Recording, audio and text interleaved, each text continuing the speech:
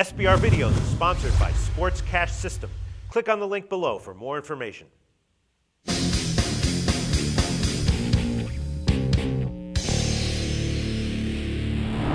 Hi, welcome to SBR Forum Videos. I'm Peter Loshak. This is the Handicappers Review Show. We're looking back at the picks from Week 16 in the NFL. And the Cappers this week, some of the guys did all right. Overall, they did not do that well. Bowl season did not get off to a good start, but still a long bowl season. And overall, the good guys in NFL still had pretty decent weeks. Let's run down how everyone did with their individual picks. First, Joe Duffy split his two picks, gave a great pick on the Jets and that Tampa Bay line, plus 5.5, closed at like 3.5, but it was a loser. He split his games last week, but his overall record this year is 26-14 against the spread, and that's a great record.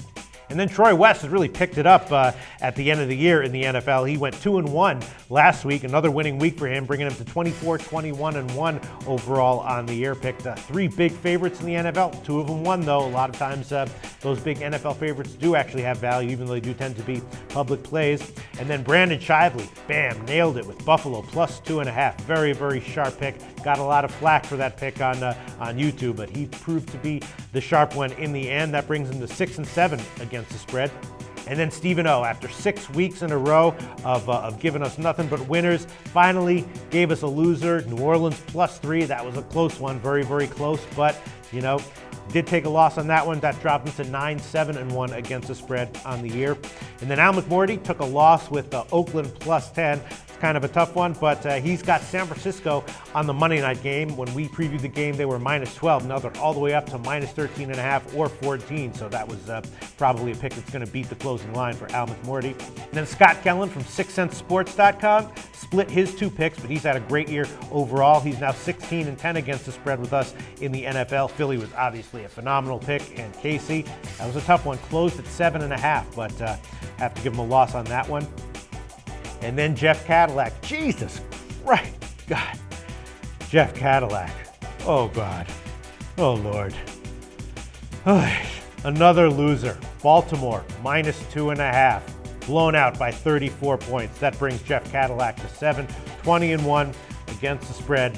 Overall, he does remain, though, one of our unquestionably most popular handicappers of all the handicappers that we have on our shows. And then Shark Harrison took another loss with Dallas, Washington, the over 53. That was a kind of a tricky one. The Sharks were supposedly on the under there.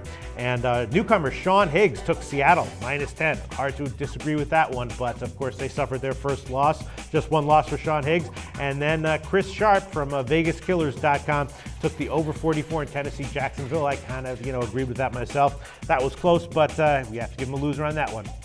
And then in the college bowls, the first three bowls were all losers. Let's go down how everyone did. Troy West from allplayswin.com, picked Washington State minus 4. The last line I saw was minus 5.5, so I think he beat the closer on that one. And, Washington State was winning most of the way, but we have to give him a loss on that one. Brandon Shively took Fresno State plus 6, and according to Brent from BetDSI, the Sharps loved Fresno State at plus 7. Public was all over USC, but we saw what happened. The public won. The Sharps and Brandon Shively take a loser on that one. And he also took Buffalo minus 2. I disagreed with him on that one, and he takes a loser on that one as well. And then in my Pete's Parlay in the NFL, it was a loser, but I'm still alive in the college football one. First one was San Diego State. That was a winner. I got two more picks, and I think I'm liking both of them. Oregon State minus 3 in the under in the Syracuse-Minnesota game. If I can hit both of those, I'll be very, very happy, and it will be a nice winning week for me.